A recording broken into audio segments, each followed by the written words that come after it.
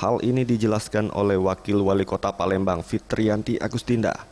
Data kemiskinan di Kota Palembang selama pandemi COVID-19 berlangsung terus meningkat, di mana jika jumlah kemiskinan di Kota Palembang sebelumnya terdapat sebanyak 115.000 warga miskin.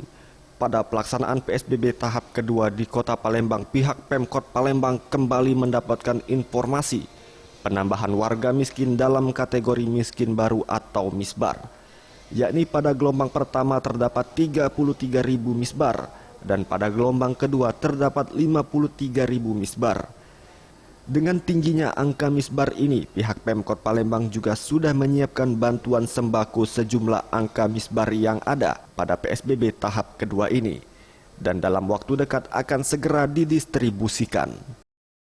Sampaikan ada 115.000 ya, dan ternyata pada rapat kemarin kita dapat informasi ada kenaikan data kemiskinan yang kita namakan dengan misbar.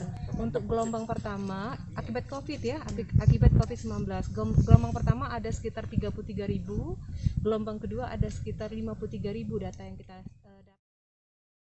Tim Liputan Sriwijaya TV.